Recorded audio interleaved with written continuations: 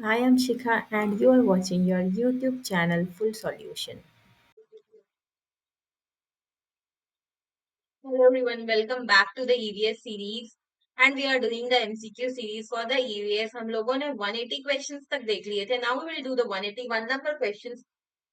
Soon we will see till 200 questions and these 200 questions will be very important for you for examination point of view and for understanding the concept of environmental studies. So let us start with the question number 1 for today. In the breakdown of ozone layer the O3 directly reacts with ये सारे question आप लोगों को easily आने चाहिए क्योंकि ozone के बारे में बहुत डिस्कशन हो चुका है इनिशियली.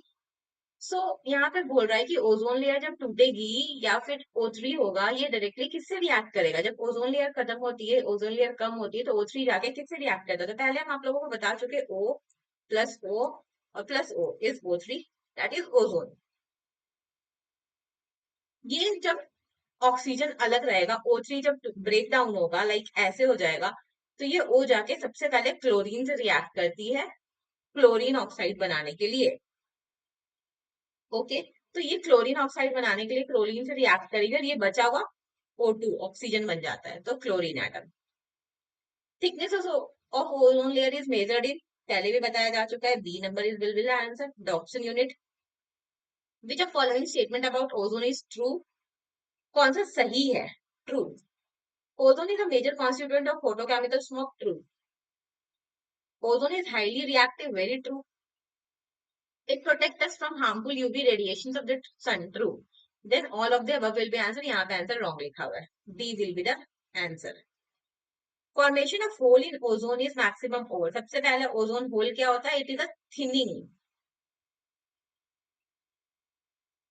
of ozone layer.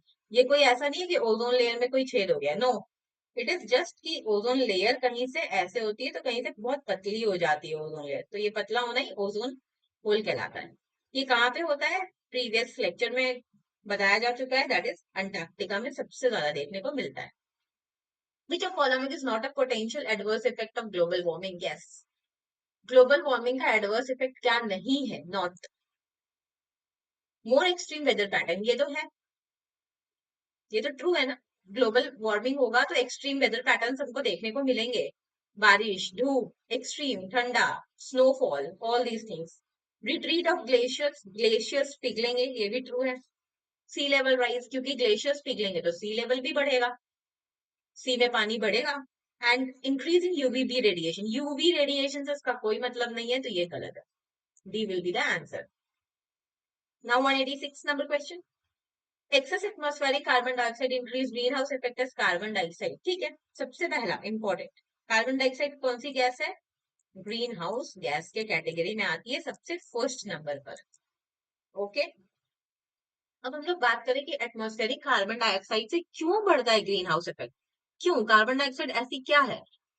तो सिंपल सा बात है, आप ये याद रखिए कि डी नंबर इज करेक्ट. अब कैसे अभी ये समझ में आ जाएगा. एकदम क्लियरली समझाते हैं. ठीक है, this is earth. Suppose that ये अर्थ एटमॉस्फेयर है.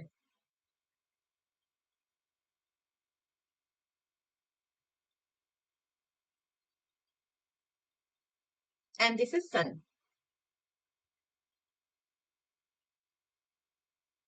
अब जो सन से रेज आ रही है, let me draw with different colour. Sun से कुछ रेज आ रही है अर्थ के अंदर.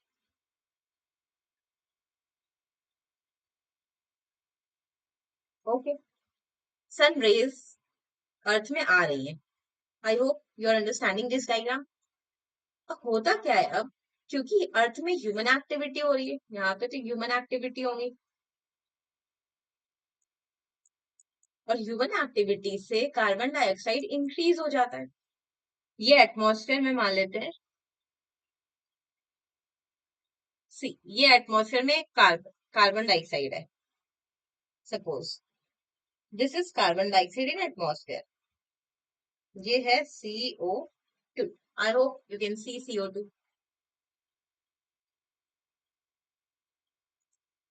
अब क्या होता है कि इन सब सब सनरेज को वापस भी जाना होता है एटमॉस्फेयर में.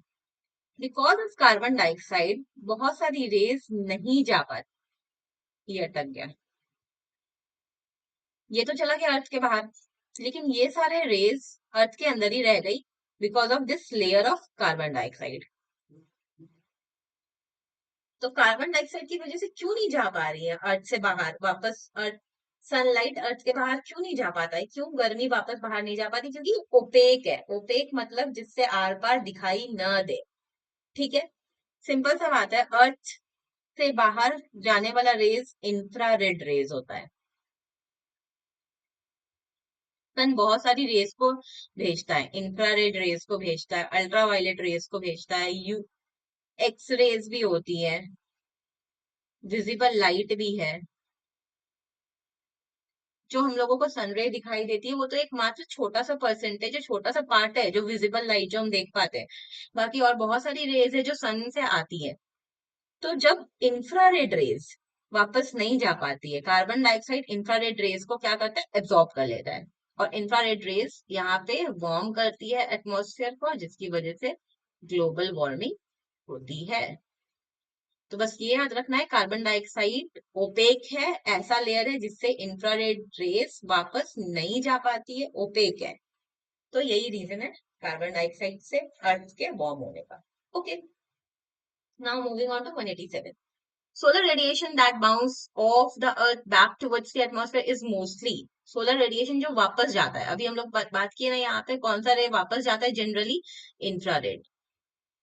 Next, the two major impacts expected as result of rising global temperature. अगर ग्लोबल टेम्परेचर बढ़ रहा है तो क्या दो चीजें होंगी? हायर वाटर लेवल इन लेक्स एंड स्ट्रीम, ये तो ठीक है, वाटर लेवल बढ़ेगा लेक्स एंड स्ट्रीम में क्योंकि ग्लेशियर पिघलेगा। But more consistent flooding, consistent मतलब कि फ्लडिंग का पैटर्न आपको समझ में आएगा, ये गलत है।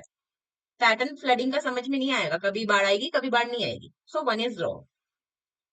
Next, regional climatic changes and rise in sea level, ये तो सही है कि क्लाइमेटिक चेंज होंगे एंड सी लेवल बढ़ेगा। Next, longer summers and drier winters. Long ऐसा जरूरी नहीं कि समर लंबे और विंटर ड्रायर हो, विंटर में बारिश होना शुरू हो चुकी है आजकल तो।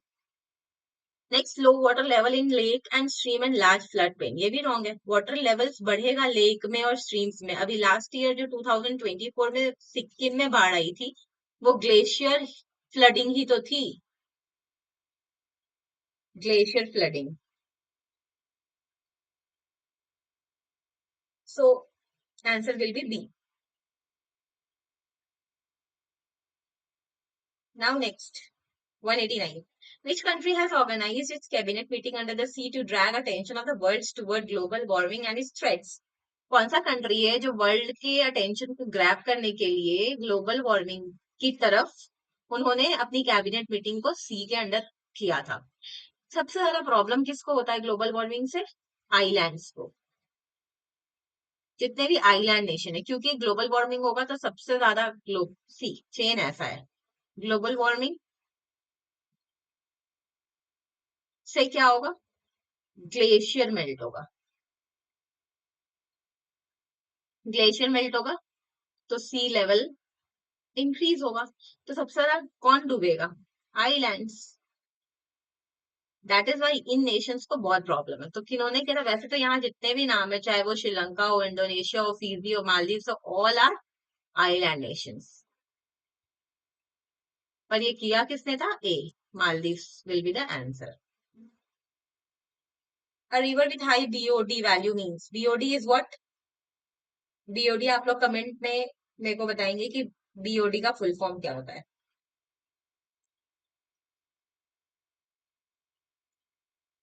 बीओडी का बढ़ना मतलब क्या होता है? रिवर पॉल्यूटेड है। बीओडी मतलब जो एनिमल रिवर के नीचे रह रहे हैं, एनिमल्स जो रह रहे हैं उनको ज्यादा ऑक्सीजन चाहिए, उनको ऑक्सीजन ज्यादा चाहिए अब ऑर्गेनिक वेस्ट को डिकम्पोज करने के लिए। ओके, तो अगर ऑक्सीजन ज्यादा चाहिए दैट मीन्स वाटर पॉल्यूटेड है, तो highly polluted. Okay, now we will do the 10 question series in next lecture. Thank you very much. Keep watching, keep commenting, keep studying.